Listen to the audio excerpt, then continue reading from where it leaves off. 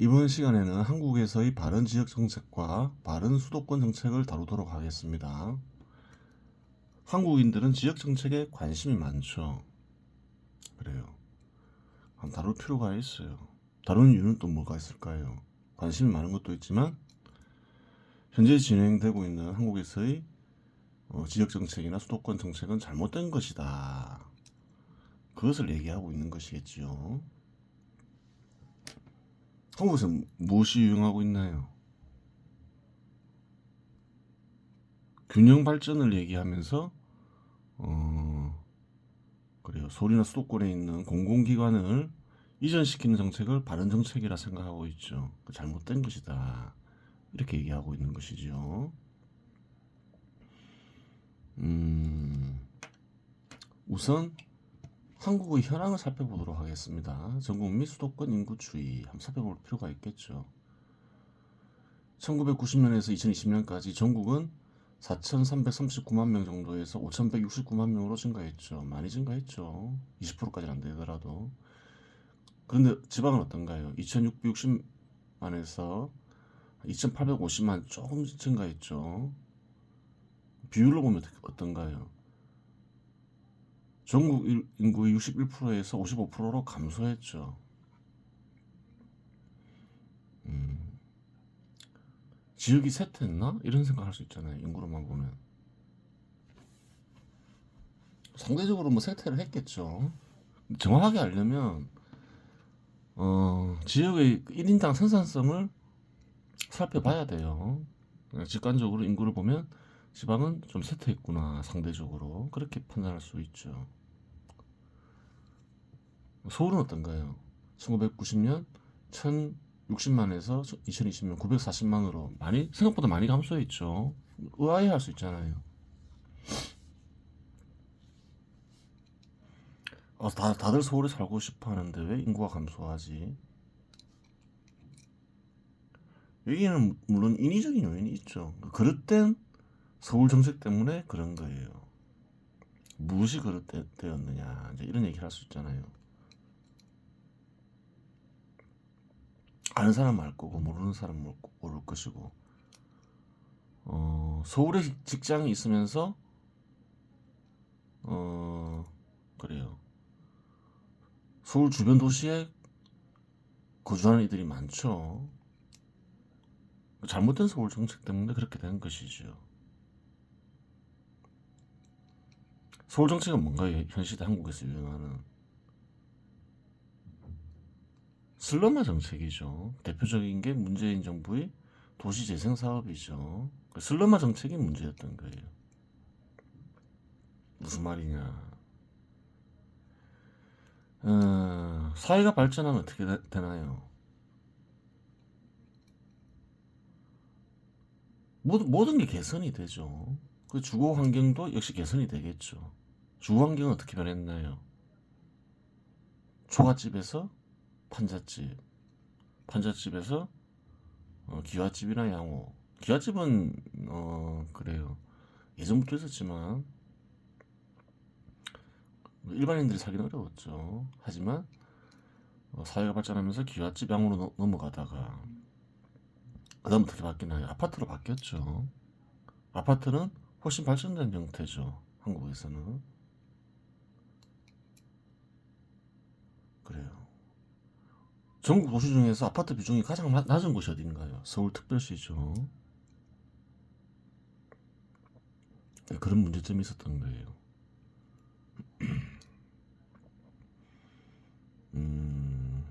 슬럼화 정책. 경기도는 또 어떤가요? 615만 원에서 1990년 1370만 원으로 증가했죠. 가장 큰 폭으로 증가했죠. 2배 가까이 증가했죠. 그래요. 지방이 상대적으로 쇠퇴하는 것도 문제죠. 중요한 문제죠. 해결 책이 있어야 되죠. 근데 그 해결책을 어떻게 하나요? 서울 수도권을 분해시키는 것으로 달성하려 하죠.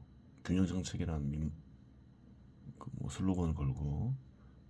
균형 정책은 어떤가요? 항상 얘기를 하죠. 중요하겠죠. 근데 디테일이 문제인 거죠, 항상. 어떻게 균형을 달성할 것인가.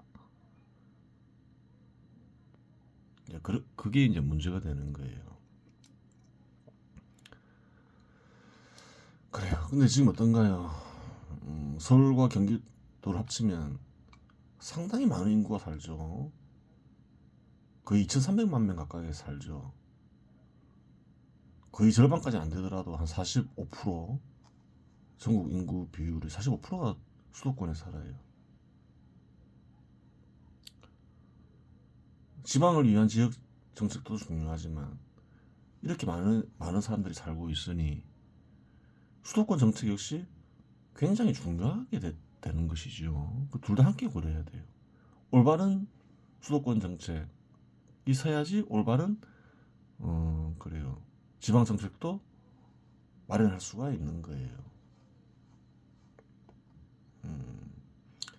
그러면 지역 정책 실마리를 찾아봐야 되겠죠. 2022년에서 2023년에서 예전 퇴역신금 5부 이상국가에 보면 실마리가 좀 나온다는 거예요. 페이지 36에서 37페이지에 있다. 뭐가 있나?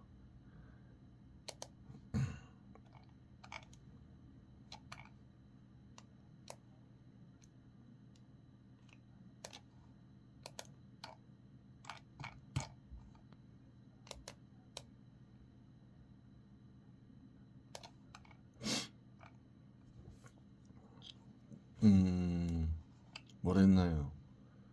정부가 지원할 수 있다 얘기하고 있죠. 이상국가에 ABC 유력 기업이 있다면 기업을 만들어주고 지분을 51% 주면 되는 것입니다. 기업이 투자하게 만들어라 이렇게 얘기하고 있죠. 그러면 그 기업을 사적 영역의 목적에 맞게 운영할 것이고 자연히 직업들이 창출되고 소득이 발생하고 소비가 이루어져 불균형은 해소되는 것입니다. 그래요. 지역이 발전하기 위해서는 기업을 유치해야 한다. 그러면 지방이 발전하기 위해서는 기업하기 좋은 환경을 만들어야 된다. 이렇게 이해하고 있는 것이죠. 그래요.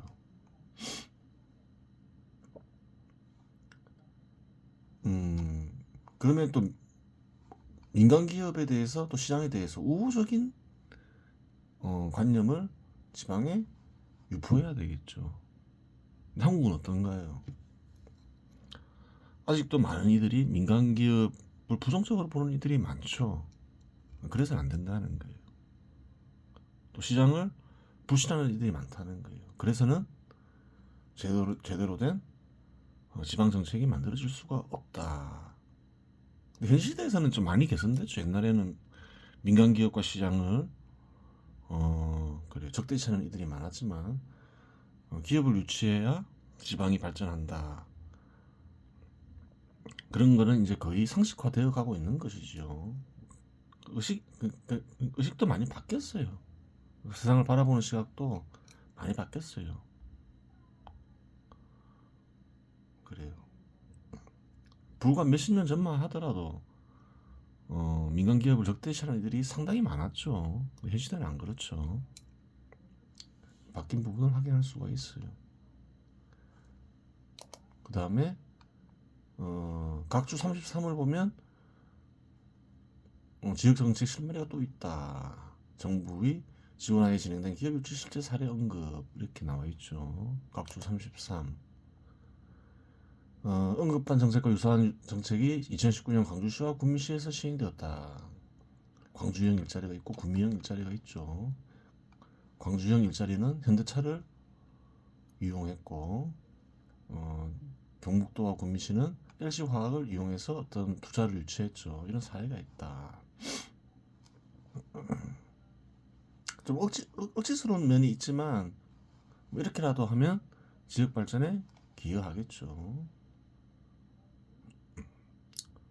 꼭 중앙 정부의 공공기관을 이전시켜서 균형 발전을 달성하겠다 할 수 있다. 그런 생각은 안 좋은 거예요. 왜 그런가요? 중앙에 있는 이유가 있겠죠. 정부기관이건 공기업이건. 지방으로 이전하면 어떤 일이 생길까요? 국가 기능에 마비가 생길 수 있잖아요. 그 마비를 막기 위해서는 또 많은 자금 투여돼야 되고 낭비가 일어나죠. 또 어떤 문제가 있나요? 그런 기관에 일하는 종사자들이 있을 거 아니에요. 공직자들이나 뭐 근로자들이 있을 거 아니에요. 그 사람들이 피해를 볼 수 있잖아요. 자기가 살던 지역을 떠나기 싫은데 좋은 정책이 아닌 거예요. 그렇다 해서 효과도 없었다는 거예요. 그런 정책이 언제부터 유행했나요? 원래 그런 생각이 잘 없었는데 노무현 정부 때부터 시작이 된 거죠. 수도권을 공중분해시키면서 균형 발전을 달성한다. 그전에는 사람들이 그런 생각을 잘 안 했어요. 그래요. 실제로 노무현 정부는 중앙정부의 일부를, 행정부의 일부를 세종시를 만들어서 이전했죠. 10중 8구 어떤가요? 국가 기능을 어느 정도 마비시켰고 상당한 낭비가 이루어지고 있을 것이다. 이렇게 짐작할 수 있는 거예요. 윤석열 정부, 노무현 정부 때 일어난 거죠. 노무현 정부 때부터 그런 게 시작된 거예요. 2003년에서 2008년. 노무현 정부 때 수도권을 공중분해시켜서 균형 발전을 달성한다. 그 잘못됐다는 거예요. 균형 발전은 어떻게 해야 되나요? 토착 기업의 발전 혹은 기업의 유치를 통해서 다 이루어야 한다는 거예요. 그것이 참된 균형 발전이다. 그렇게 얘기하고 있는 거예요. 것이죠. 왜 그러냐? 사례가 있냐? 사례가 있죠. 전국에서 1인당 지역 생산성이 가장 높은 곳이 어딘가요? 울산광역시죠. 한 6천만 원 가까이 되죠. 1인당 지역 소득이 가장 높은 곳이 어딘가요? 가장 높진 않지만 가장 높은 곳이 또 울산 같기도 하죠. 5,200만 원. 기업을 유치하고 기업의 생산성을 지역 기업의 생산성을 높이는 것이 뭔가요? 2020년 때죠. 지역 발전에 기여한다. 수도권을 공중분해시킨다고 지역 발전이 이루어지는 것은 아니다. 그 수도권 공중분해 정책을 시행했지만 어떤가요? 인구만 보더라도 그냥 수도권이 계속 컸다는 거예요. 아무 효과가 없다는 거예요. 그런 식으로는 국가 기능만 마비시키고 낭비만 일으킨다는 거예요. 잘못된 것이다. 그렇게 얘기하고 있는 것이죠.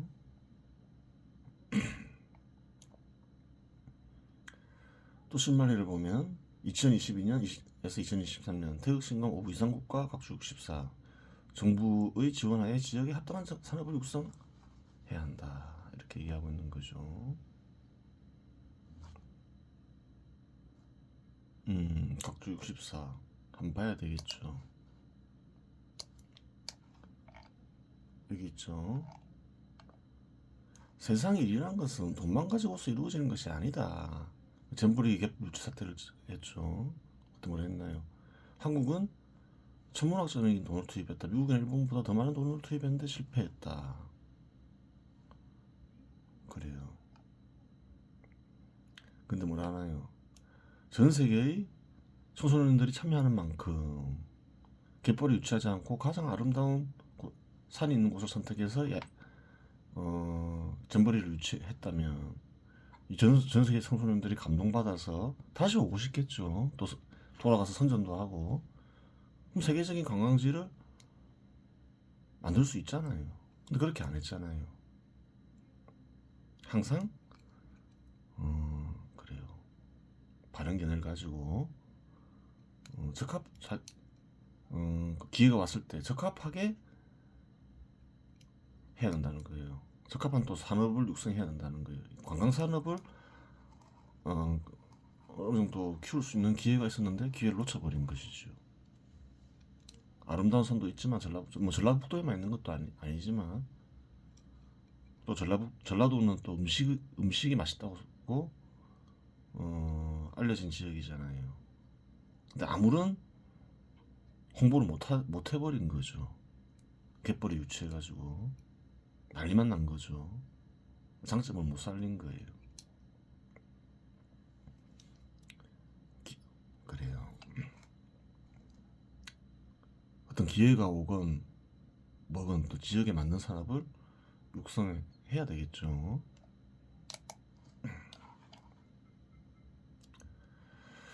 또 경제도움을 살펴본 지역 발전이 있어요. 태극신감에만 있는 게 아니라 여기서 뭘 중시하나요?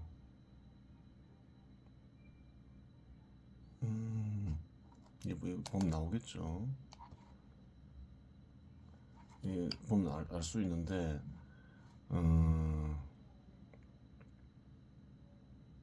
지역의 생산성이 중요하다. 지역 발전을 위해서는. 그래요. 왜 그런가? 아까도 살펴봤지만 지역의 생산성이 증가하면 지역면의 소득이 증가한다. 지역의 생산성 증가가 개개인의 풍요를 보장한다. 이렇게 결론 내릴 수 있는 거죠. 지역의 생산성을 어떻게 증가시킬 것인가? 토착 기업의 생산성을 증가시키는 방법이 있고 생산성 높은 기업을 유치하는 방법이 있다. 그렇게 얘기하고 있어요. 또 무엇을 얘기하나요? 제도와 의지, 노력에 따라 지역 발전이 결정된다. 이렇게 얘기하고 있는 것이죠.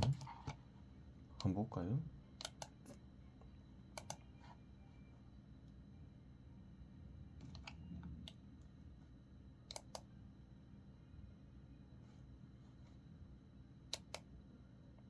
수도권은 뭔가요? 중앙정부의 영향력이 크게 미치는 곳이겠죠. 서울의 영향력이 크게 미치는 곳이 1인당 국내 총생산이 큰 곳이 어떨까요? 1인당 개인 소득이 크겠죠. 그래요. 근데 잘 보면 전 세계적으로 봐도 그렇다는 거예요. 아까도 살펴봤지만 인구가 많다 해서 한국 지금 또 국내 총생산이 크다고 해서 어떤가요? 혹은 직장이 많다고 해서 지역 구성원 개개인이 풍요로울까요? 그건 아니라는 거예요. 그래요. 인구가 많고 직장이 많은 것은 지역 발전의 하나의 조건이지만 그것이 1인 지역 구성원 개개인의 풍요를 보장하지는 않아요. 지역 구성원 개개인의 풍요는 무엇이 보장하죠? 생산성이 보장한다는 거예요. 1인당 그 지역 구성원 개개인의 평균 어떠한 생각을 가지고 어떠한 노력이 하냐에 따라서 세월이 흐르면 달라지겠죠. 그래요. 제도와 의지와 노력을 중시하면서 사례를 이제 제시하죠. 어떤가요? 1987년도에 보면 국민 총소득이 640불이었죠. 640불이었어요. 이때 중국은 어떤가요? 그래요. 억십억, 640억 불, 1900억 불이었죠. 그래요. 한국보다 한 2,900 크죠.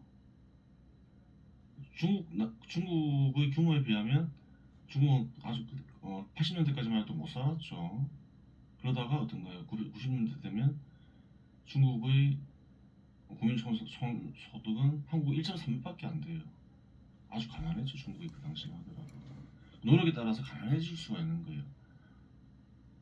그렇죠. 어떠한 제도와의 어떤 노력을 하냐에 따라서 미국은 어떤가요? 결과가 달라진다는 거예요. 1990년대에 보면 한국의 20배였죠. 독일도 어떤가요? 6.3배죠. 영국은 어떤가요? 3.9배죠. 국민 총소득이. 이탈리아는 그래요. 어떤가요? 한국의 한 4배 정도 됐죠. 국민 총소득 볼 때. 근데 지금 어떨까요? 한국이 보면 국내 총생산 볼게요. 뭐 국민 총생산하고 조금 다르긴 하겠지만 거의 비슷하죠. 이탈리아가 한국이 몇 배나 했나요? 90년대만 해도 4배나 했죠. 이탈리아가 4배였죠. 그런데 지금 어떤가요? 이탈리아 홍어가 거의 비슷하죠. 20년대 보면 이탈리아는 1조 8,800억 달러죠. 한국은 1조 6,300억 달러 가까이 되죠. 비슷해졌어요. 스페인 어떤가요? 스페인도 있죠. 스페인은 90년대만 하더라도 한국의 2배 가까이 컸죠. 국민 총 생산이. 근데 지금 어떤가요? 한국이 스페인보다 더 커졌어요. 2020년에 한국은 1조 6천억 달러 가까이 되는데 스페인은 1조 2,800억 달러밖에 안 되죠. 그래요. 사람들이 노력에 따라서 지역 발전은 달라진다. 어떤 것은 크게 발전하고 어떤 것은 쇠퇴한다. 그렇게 볼 수 있는 거예요. 그렇죠. 그 지역 발전의 핵심은 국가들 통해서 국가들도 뭐 다 지역이 생기는 거니까 국가 단위로 보나 그냥 국가 내 지역 단위로 보나 똑같다는 거예요. 어떤 제도와 어떤 제도 하에서 어떤 견해를 가지고서 어떠한 의지로 노력하냐에 따라서 시간이 지나면 많이 바뀐다는 거예요. 확인이 가능하죠. 그래요. 중요한 부분인 거예요.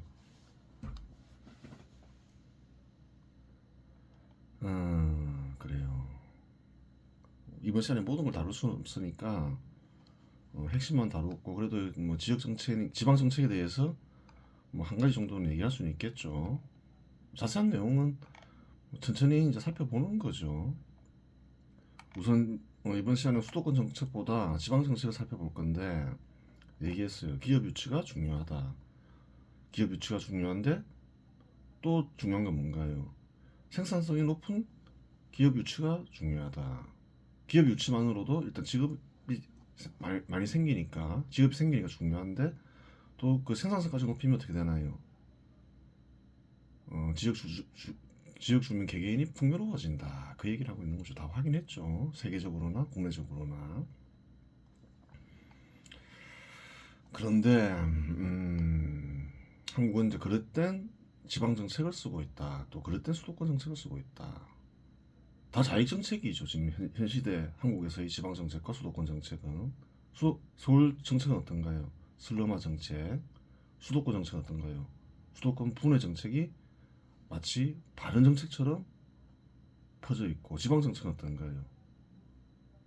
역시 이상한 견해를 유포시키고 있는 거죠. 수도권을 분해시켜서 발전시켜야 한다. 뭐 이런 괴이한 정책이 난무하고 있는 거예요. 좌익 정책인 거죠. 그래요. 한번 지도를 볼 필요가 있어요. 남부지방이 낙후됐죠.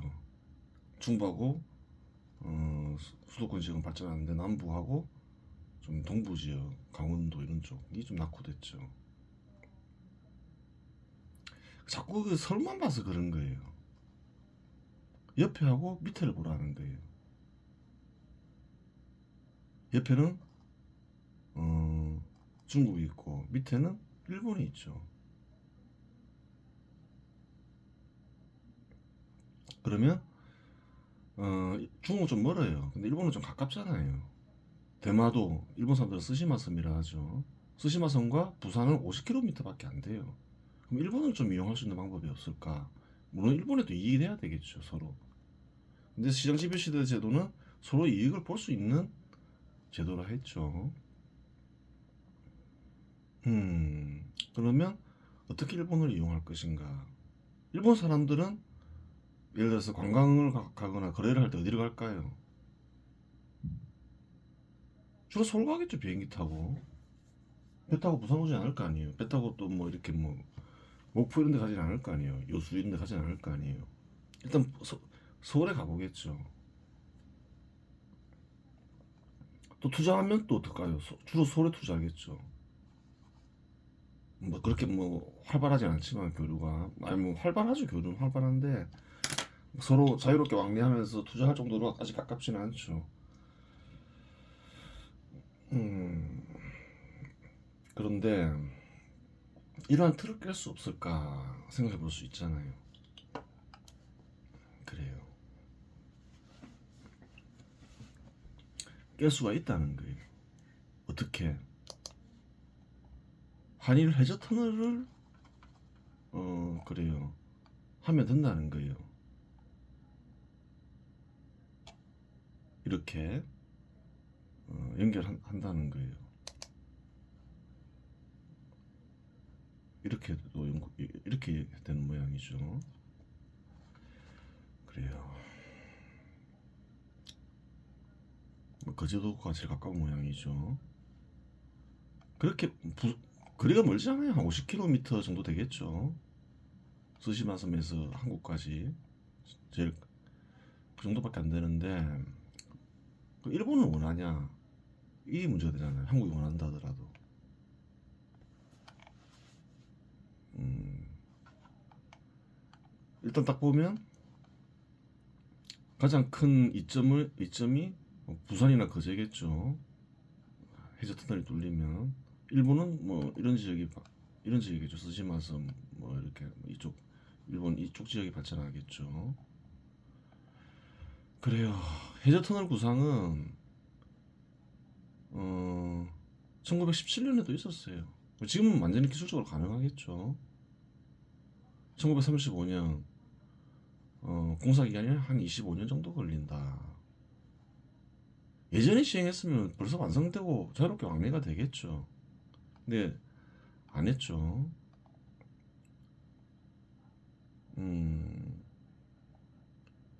1980년대는 어땠냐? 일본 세계평화교수 아카데미가 총괄위원회를 소집하고 연구를 시작했죠. 일본에서는 이미. 한국인들은 어떻냐? 한국 노태우 대통령이 방일 당시 제안했다. 그래요. 일본 가요 도시키 총리가 긍정적으로 회답했다. 영국과 프랑스는 해저 터널이 성공리에 완성됐죠. 한번 볼 필요가 있겠죠. 한번 볼까요?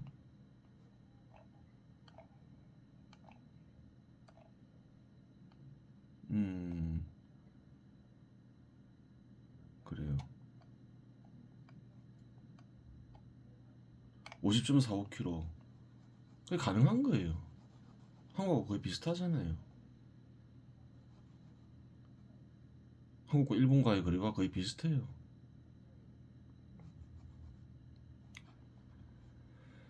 그래요. 가능한 거죠. 가능함을 확인했어요. 그때보다 더 기술이 발전했죠, 지금은. 그러니까 충분히 가능하다. 그것 사실을 알 수가 있어요.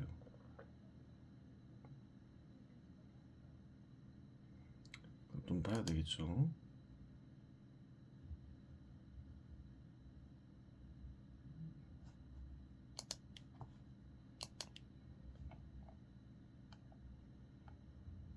2000년대 보면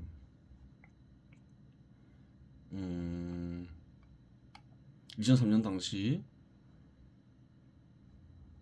건설비가 20조 원 든다. 근데 뭐랬나요? 어떤 이유에서인지 타당성이 없다고 발표한 거예요.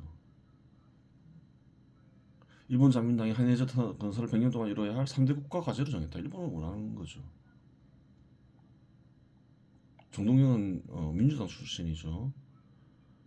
정동영은 추진 명분이 있다 언급했죠. 김대중 대통령 역시 언급했다. 그래서 이때 성사가 됐어야 되는 거예요. 그러면 지금은 거의 완성 단계에 이르렀겠죠. 그래요. 스시마시 의회가 일본 정부의 한일 해저 터널 조기 건설을 촉구하는 안을 통과시켰다. 그래요. 부산 광역시는 5원 가량의 용역비를 확보해 사업을 검토할 계획이라고 밝혔다.